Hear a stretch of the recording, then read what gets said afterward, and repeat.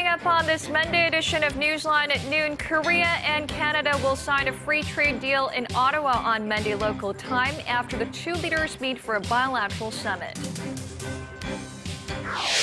Team Korea burst out of the blocks at the Incheon Asian Games, sweeping all 4 gold medals in fencing so far. A teenage shooter also made a name for himself, winning 2 golds in air pistol events. Plus, ahead of the UN Climate Summit on Tuesday, protesters take the streets in more than 160 countries, urging world leaders to take actions to stop climate change. These stories and more on Newsline at noon.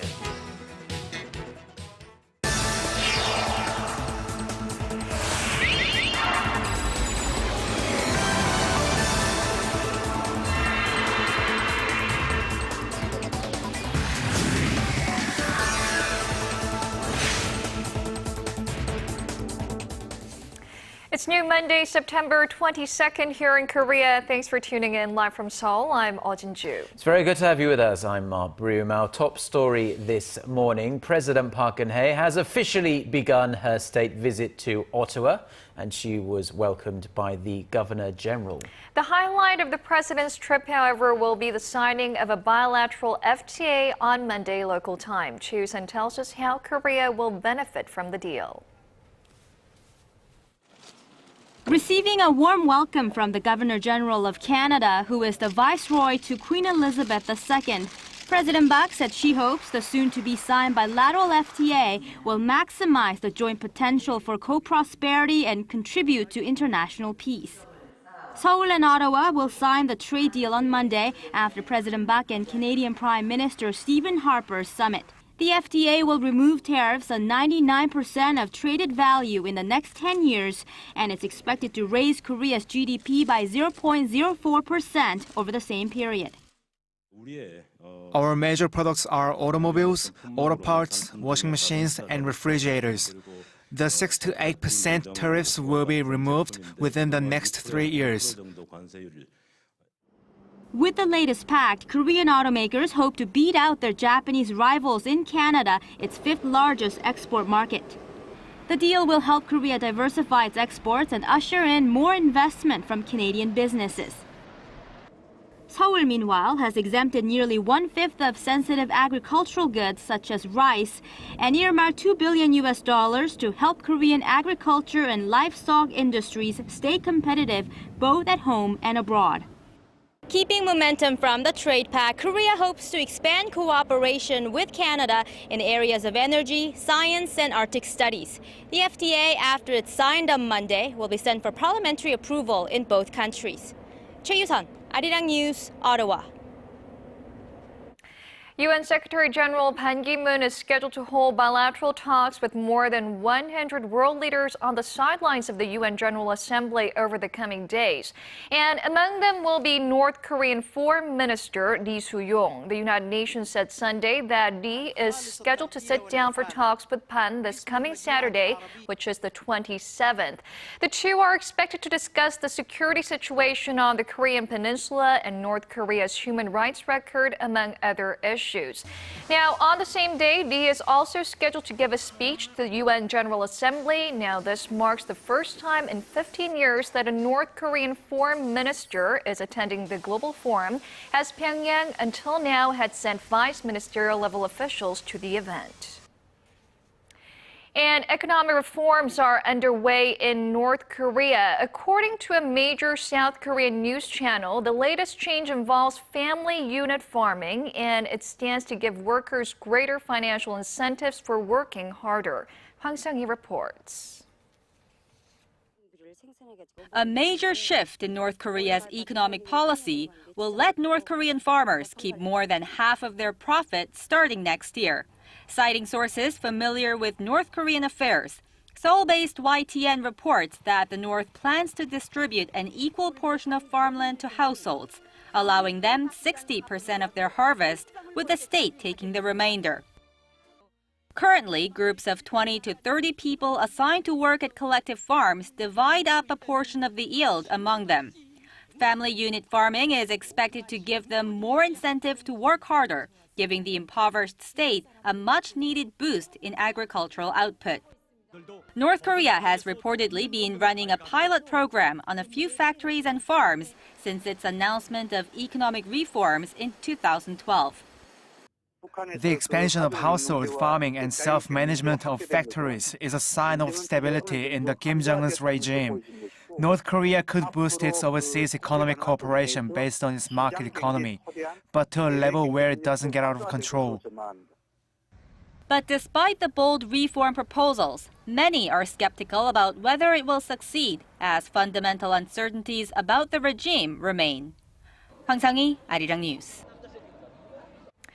And faced by strong warnings from North Korea, a group of South Korean activists are continuing their campaign of flying anti-Pyongyang leaflets across the border. Their activities are expected to heighten inter-Korean tensions that have shown some signs of improving in recent weeks. Son Jung-in has more. North Korea has taken issue with the cross-border spread of anti-Pyongyang leaflets by civic groups, a month after it remained tight-lipped on South Korea's proposal for high-level inter-Korean talks. The North is demanding such provocations be halted if Seoul wants to resume inter-Korean dialogue. It went on to threaten a possible retaliation, saying the leaflets are a more grave provocation than shooting and shelling. The anti-Pyongyang leaflet campaign, waged by civic activists, mostly North Korean defectors in the South, has been going on for years despite calls from other activists for them to stop. The balloons flown into the North are known to be well liked by North Koreans because they contain $1 bills, medicine, and other daily necessities, along with hundreds of thousands of leaflets denouncing the three-generation power transfer in the North. Experts say the North is reacting strongly now, mainly because the leaflets criticize its political system and its young leader Kim Jong-un. Others say it's using the situation as a means to pressure the South. North Korea views its system and dignity as its top priority, so that's why they are showing a very strong reaction. But we also need to consider the possibility that the North is taking advantage of the situation to put more pressure on the South. Although there has not been any serious reaction from the North, experts believe inter-Korean ties are not likely to improve anytime soon. Son Jung-in, Arirang News. Now, world leaders are gathering in New York ahead of a summit on Tuesday to discuss the threat of global warming, which is the UN climate summit there. Ahead of their talks, people around the globe took to the streets. They're demanding action now on climate change before it's too late. Our Kim Min-ji has the details. Hundreds of thousands of people worldwide took to the streets on Sunday to call on world leaders to act to cut carbon emissions and stop climate change. The People's Climate March, which was held in over 160 countries, comes ahead of the UN Climate Summit in New York on Tuesday. Protesters carried sunflower signs and held up posters and banners that demanded action. Organizers say some 300,000 people joined in a march in New York, including UN Secretary General Ban Ki-moon, former U.S. Vice President Al Gore, and actor Leonardo DiCaprio, in what was the largest protest ever on the issue. The UN chief, who was wearing a T-shirt that read, "I'm for climate action," told reporters that this was the planet in which future generations will live and there is no Plan B or Planet B. Large rallies also took place in Australia and Europe. Organizers in Australia said as many as 30,000 participated in Melbourne rallies as the country faces severe droughts, bushfires, and storms, while some 40,000 marchers are said to have showed up in London. Tuesday's summit will bring together 125 heads of state with the hope of signing a universal agreement by the end of 2015. Kim Min-ji, Arirang News. Now, in domestic politics, the leaders of Korea's main rival parties are expected to meet potentially as early as this Monday in hopes of breaking a prolonged political stalemate. The New Politics Alliance for Democracy's newly elected interim chief, Moon Hee-sang, has openly expressed his intent to meet with the ruling Saenuri Party chief, Kim Moo-sung, sometime this week. They're expected to discuss the political stalemate over a special bill on April's ferry disaster and also the normalization of the National Assembly. Korea's National Assembly has been at a standstill for months now due to this prolonged political feud between the ruling and opposition parties over the special bill that authorises an in-depth investigation into the government over the Seoul-Ho ferry sinking. Now, could Hyundai Motor be suffering from a case of winner's curse? The nation's largest automaker has seen $4.8 billion slashed off its value over the past 2 days alone. This follows news last Thursday that the auto giant had been successful in its recent $10 billion bid for a plot of land, prime real estate, in fact, in Seoul. As of 11:30 on Monday morning, around 40 minutes ago, shares of Hyundai Group had actually picked up quite a bit. They're up 0.25% from the Friday's close at $188. Last week's land purchase sparked worries about corporate governance at Hyundai. The company's board of directors were reportedly left in the dark about the bid price, which went for more than triple its appraised value.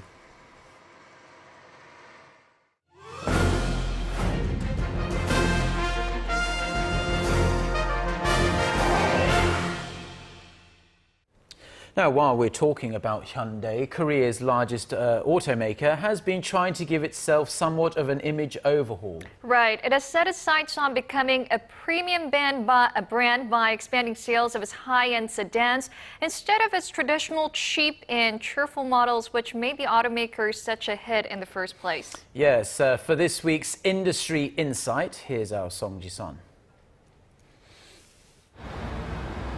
This is a crossroad in Seoul's rich and hip Gangnam-gu district, where imported car showrooms are peppered along the street.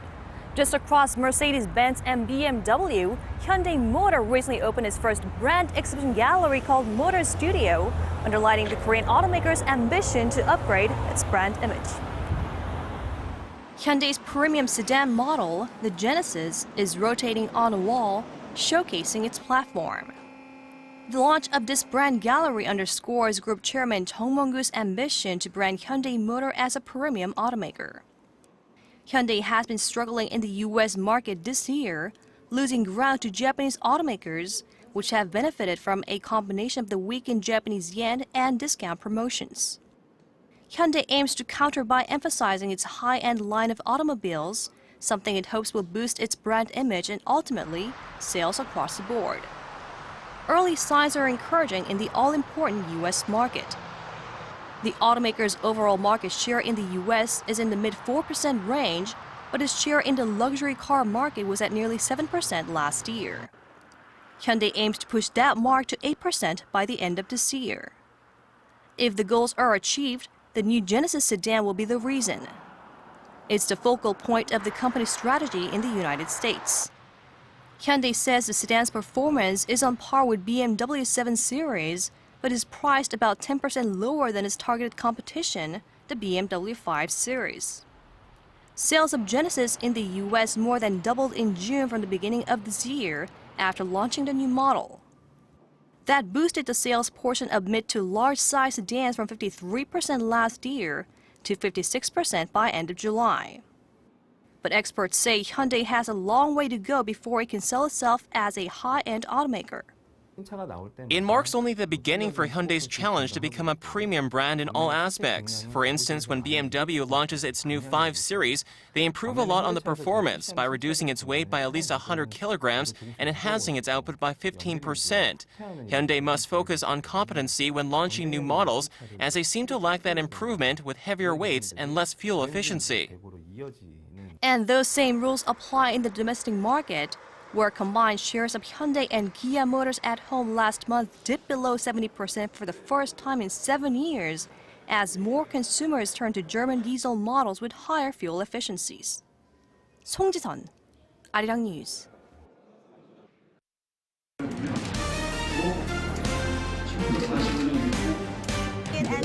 Stay up to date on the latest news out of Korea, connecting to our team of reporters about the issues that matter to Korea. On air, on your mobile, online. Find out more about Korea on Newsline at noon with Mark Broome and Eoh Jin-joo. I'm Eoh Jin-joo. Market researcher, strategy analytics, said Thursday that LG Electronics brought in about... Now, the Incheon Asian Games got off to a bang over the weekend with South Korea fastest out of the blocks. South Korea raced to the top of the medal standings with gold medals in air pistol, judo, fencing, and a number of other events. It was a golden start, but there were a few disappointments along the way, as our Kwon So-hwa reports. We are less than 3 days in, but the 2014 Incheon Asian Games have already thrown up a lot of successes, surprises, but also disappointments for the South Korean team. South Korea won their first gold medal on Saturday when Lee Ha-sung won gold in wushu. And Korea has a new air pistol star, Kim Chong-yong, who won 2 gold medals on Sunday. There's a bright future ahead of the 17-year-old sensation, who not only contributed in winning in the 10-meter team event, but beat his idol and Olympic gold medalist Jin Jong-ho in the 10-meter individual event. There were also some disappointments. One of the biggest events that took place on Sunday was Marine boy Park Tae-hwan's attempt to win the gold medal in the men's 200-meter freestyle swimming event, but Korea's best swimmer could only manage a bronze.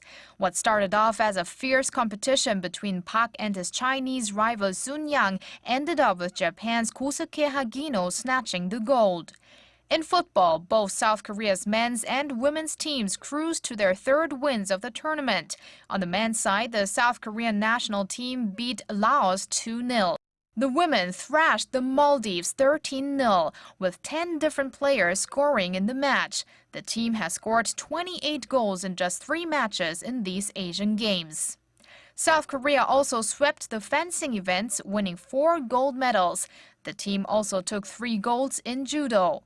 Monday's schedule is packed with exciting events, but most attention is focused on South Korea's first baseball match versus Thailand. Kwon So-hwa, Arirang News.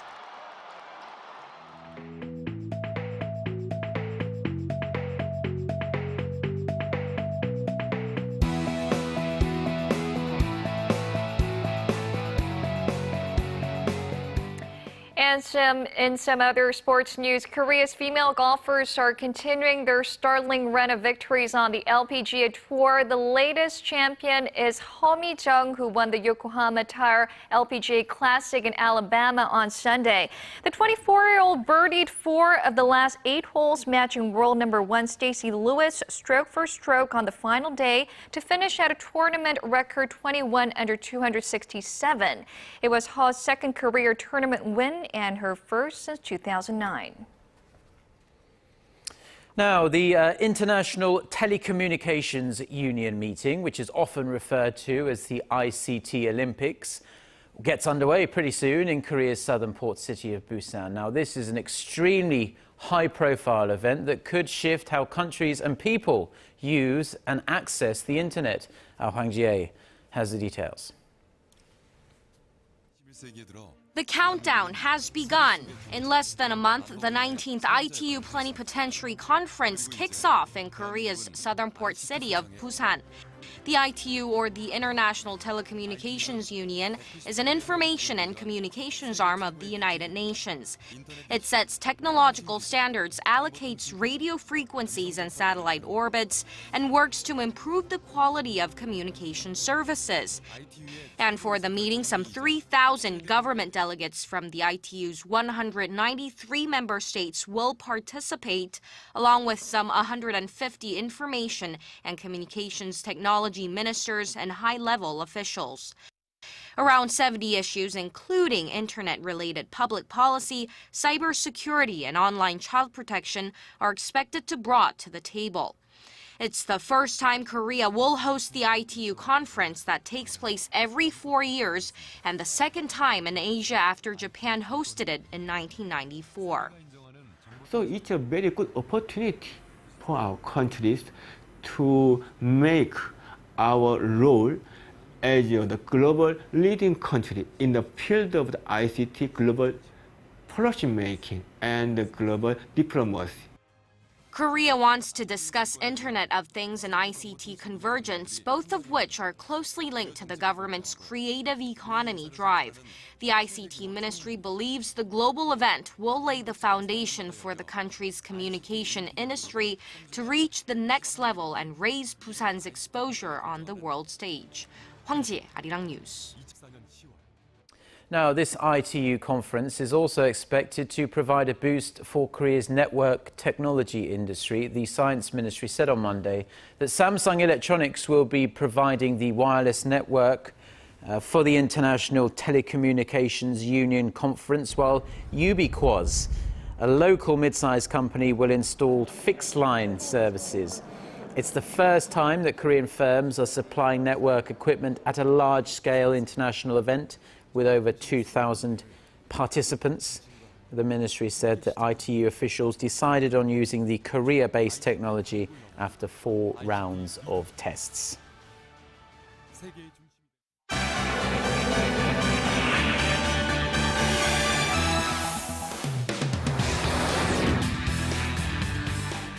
Time now for a look through the international headlines we're following on this Monday afternoon. For that, we turn to our Eunice Kim, standing by at the News Centre. Eunice, we're seeing a massive wave of Syrians pouring into Turkey, escaping an onslaught by Islamic State militants. And this comes as U.S. President Barack Obama is set to press the global community for more action at the UN this week. That's right, Jin-joo. It'll be a very busy week at the United Nations this week. President Obama will chair a Security Council meeting on Wednesday, during which he's expected to pitch a sweeping new resolution to fight terrorists. It would include specific measures, including placing global travel bans on would-be jihadists, freezing their assets, and also punishing uncooperative countries with sanctions. The resolution is said to be receiving widespread support, this as Kurdish forces in Syria are struggling to fight off Islamic State militants since battles erupted last Thursday. The Syrian Observatory for Human Rights said 64 villages in northern Syria have fallen under IS control, with some 800 Kurds missing. Turkey's chief of disaster management said most of the 100,000 Syrian refugees were running from an area near the border town of Kobani, with more expected to come. Meanwhile, a local defense official said the militants, armed with tanks, artillery, and multiple rocket launchers, were also targeting fleeing civilians.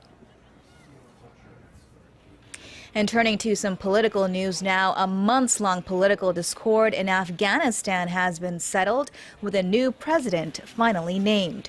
Former Finance Minister Ashraf Ghani was declared the country's president-elect on Sunday by the country's election commission, but only after he agreed to form a unity government. A deal signed in Kabul by both presidential contenders would allow runner-up Abdullah Abdullah to nominate a CEO with authorities similar to those of a prime minister. Both sides had accused the other of election fraud following a runoff vote back in June. And shifting to Yemen, an agreement has been settled there as well after its prime minister gave up his seat following weeks of political crisis. The Yemeni government, headed by its president Abdrabbu Mansur Hadi, signed a pact with Shia Houthi rebels, agreeing to form a new government within 3 days that allows the group and southern separatists to nominate a new prime minister. On Sunday, rebels had claimed government headquarters, key ministries, and state broadcasters. Scores of people have died and hundreds of others have run in the clashes in the capital of Sana'a. And finally, astronauts on the International Space Station are due to receive a special delivery. American space transport company SpaceX successfully launched more than 2,200 kilograms worth of supplies on its unmanned Falcon 9 rocket from the Cape Canaveral Air Force Station in Florida on Friday. The Dragon cargo capsule, carrying a prototype 3D printer, 20 live mice for experiments, and a tool to monitor ocean wind speed, is due to reach the space station within 2 days. Last week, SpaceX had won a second contract to provide taxi services for NASA astronauts worth up to $2.6 billion.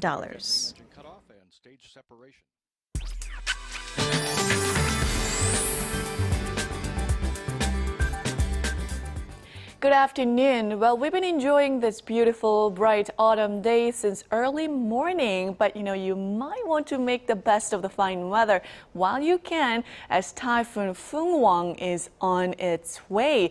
Typhoon Fung-wang is weaker than previous typhoons this year, but it's still expected to bring strong winds, high tides, and heavy rainfall to some regions. Now, the southern regions in Jeju will be directly affected starting tomorrow. And on Wednesday, the whole nation will see torrential rain of up to 150 millimeters, so please beware. But again, today will be another glorious autumn day with highs peaking to 28 in Seoul and Daegu, while Gwangju and Busan will rise to 29 and 26 respectively. Now for other regions, it looks like Jeju Island and Daejeon will top out at 25 and 28, while Dokdo should see a high of 22 later in the day. Now the weather in Incheon, where the Asian Games are in full swing, should be pleasant as well under clear blue skies. Well, that's all for me today, and let's send it back to Mark and Jin-joo in the studio. Thank you very much, Gianna, and you can stay with Arirang TV for all the latest from the Incheon Asian Games, but those are the stories we're following at this hour. Mark and I'll be back at the same time on Tuesday. Thank you for watching.